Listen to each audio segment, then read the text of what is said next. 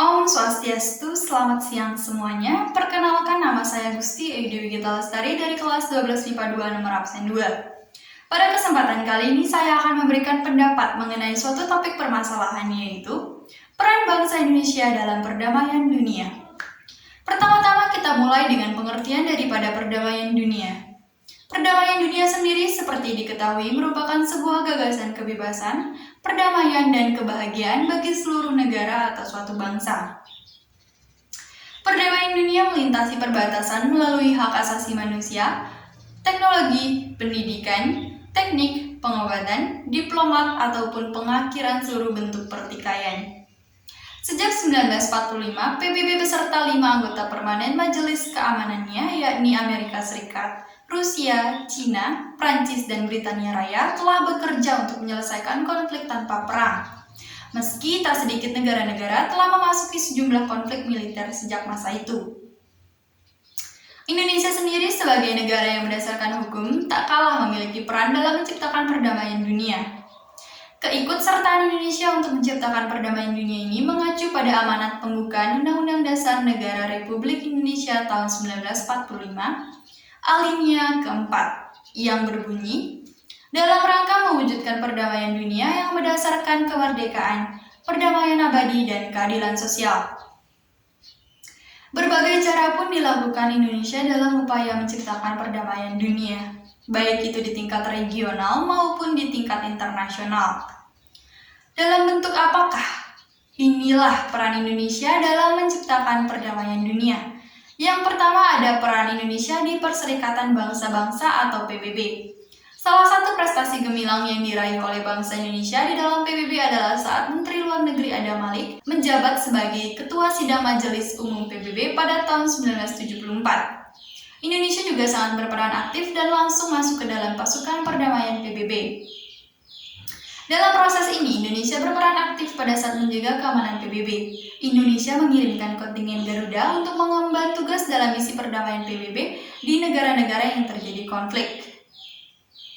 Pencapaian kontingen Garuda untuk mengemban misi perdamaian PBB adalah ketika pertama kali mendapatkan perintah untuk menjaga keamanan dan menjadi anggota tidak tetap DKPBB pada tahun 1974 sampai dengan 1975. Indonesia juga kembali terpilih menjadi anggota tidak tetap DKPBB pada tahun 1995 sampai dengan 1996. Menurut data Kementerian Luar Negeri pada Senin 21 Maret 2016, Indonesia menjadi kontributor terbesar ke-10 pasukan pemeliharaan perdamaian PBB dari 124 negara. Saat ini pemerintah Indonesia telah menugaskan 2.843 personel TNI dan Polri yang bertugas di 10 misi pemeliharaan perdamaian PBB. Yang kedua ada peran Indonesia dalam ASEAN. Upaya Indonesia dalam menciptakan perdamaian di kawasan Asia Tenggara dalam hal ini melalui ASEAN ditunjukkan dalam banyak hal, termasuk berperan aktif dalam berbagai kegiatan seperti penyelenggaraan konferensi tingkat tinggi atau KTT, atau berbagai macam konferensi di ASEAN. Indonesia juga menjadi tuan rumah dalam pergelaran organisasi internasional. Sebagai contoh, KTT ASEAN yang pertama kali diselenggarakan di Bali pada tanggal 24 Februari 1976 atau pertemuan informasi dari pemimpin-pemimpin negara dalam organisasi ASEAN pada tanggal 30 November 1996.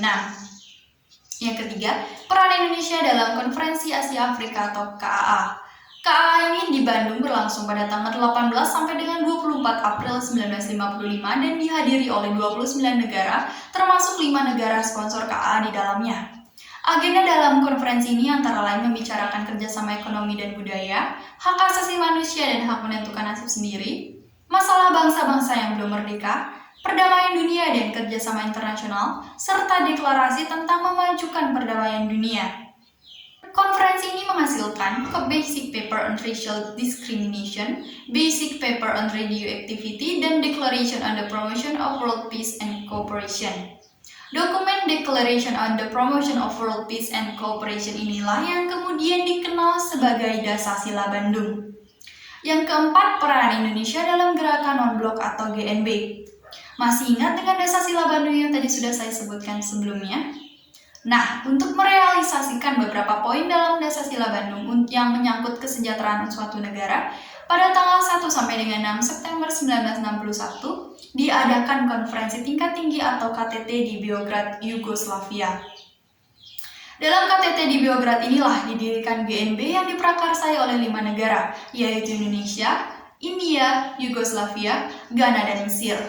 Beberapa tujuan dari pembentukan gerakan non-blok antara lain yang pertama, memelihara perdamaian dan keamanan internasional, mengusahakan tercapainya pelucutan senjata secara umum dan menyeluruh di bawah pengawasan internasional efektif. Yang ketiga, mengusahakan agar PBB berfungsi secara efektif. Yang keempat, mengusahakan terwujudnya tata ekonomi dunia yang baru. Dan yang kelima, mengusahakan kerjasama di segala bidang dalam rangka mewujudkan pembangunan ekonomi dan sosial. Selain sebagai negara pelopor berdirinya GNB, Indonesia memiliki peran yang cukup besar dalam organisasi tersebut. Di antaranya yang pertama, sebagai salah satu negara penggagas KAA yang merupakan cikal bakal digagasnya gerakan non-blok. Yang kedua, sebagai salah satu negara pengundang pada KTT GNB yang pertama.